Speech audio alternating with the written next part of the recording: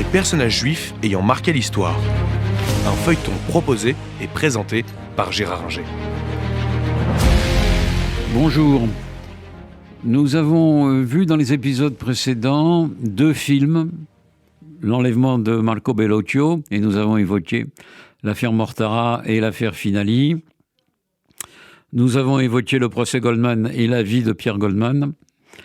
Il y a eu un 3e film sorti en 2023 qui a concerné un personnage juif de premier plan, un film de Nolan qui s'appelle Oppenheimer.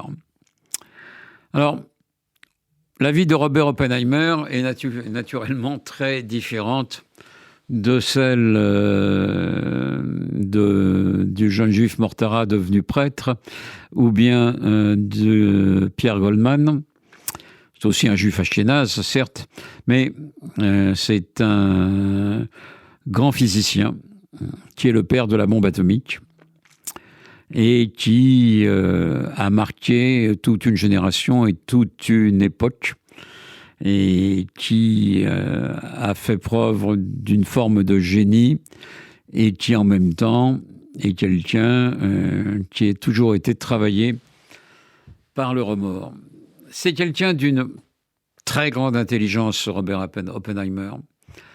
Il est devenu un grand physicien, certes, mais il était capable de lire les auteurs latins et grecs dans le texte, et il a appris sans difficulté le sanskrit, rien que ça. Le sanskrit qui est une langue morte indienne, qui est l'ancêtre de l'hindi, ce qui lui a permis de lire dans le texte les grands textes de l'hindouisme, le Ramayana, la Bhagavad Gita, etc. Oppenheimer est né en 1904 dans une famille juive, mais détaché du judaïsme, qui ne pratiquait pas. Il est né aux États-Unis, donc dans une famille dont le père était riche, c'était un homme d'affaires aisé, et sa mère avait un sentiment d'artiste, et il a vu dans sa jeunesse, dans sa famille, des tableaux de Renoir, Picasso, Corot, Monet, etc., ce qui a développé aussi sa sensibilité artistique. Il fait des études brillantes, mais c'est un garçon introverti, assez solitaire, qui ne se lie pas facilement avec les gens, mais qui adore les promenades à cheval, notamment sur les plateaux du Nouveau-Mexique, et qui trouve là un dérivatif à sa tension intellectuelle et à son caractère introverti.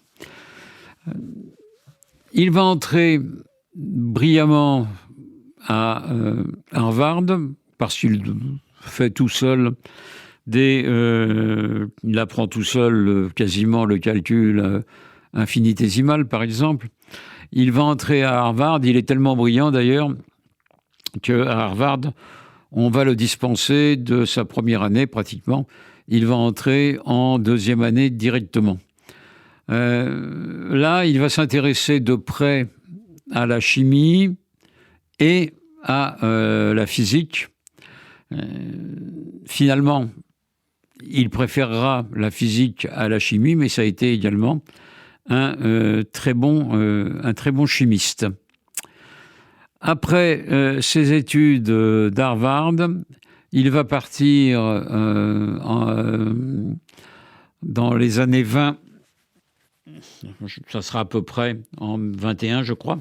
Il va partir en Allemagne, à l'université de Göttingen, pour étudier la physique nucléaire. Il était plus intéressé jusque-là par une physique plus opérationnelle qu'il avait apprise d'un de ses professeurs à Harvard, le professeur Bridgman.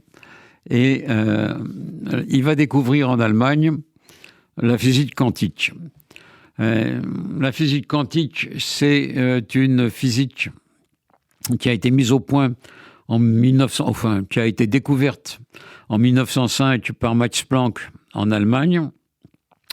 C'est une physique tout à fait originale qui concerne l'infiniment petit, où on s'aperçoit que l'infiniment petit ne se comporte pas, et la matière de l'infiniment petit ne se comporte pas comme la matière qu'on voit dans l'infiniment grand, ou du moins dans la physique, je dirais, à taille humaine, la physique qui nous entoure, la physique newtonienne, mais qui a des comportements qui nous paraissent bizarres.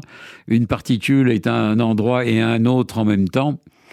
Et on dira avec le physicien allemand Schrödinger, à propos du chat, qu'il est et il n'est pas au même endroit en même temps.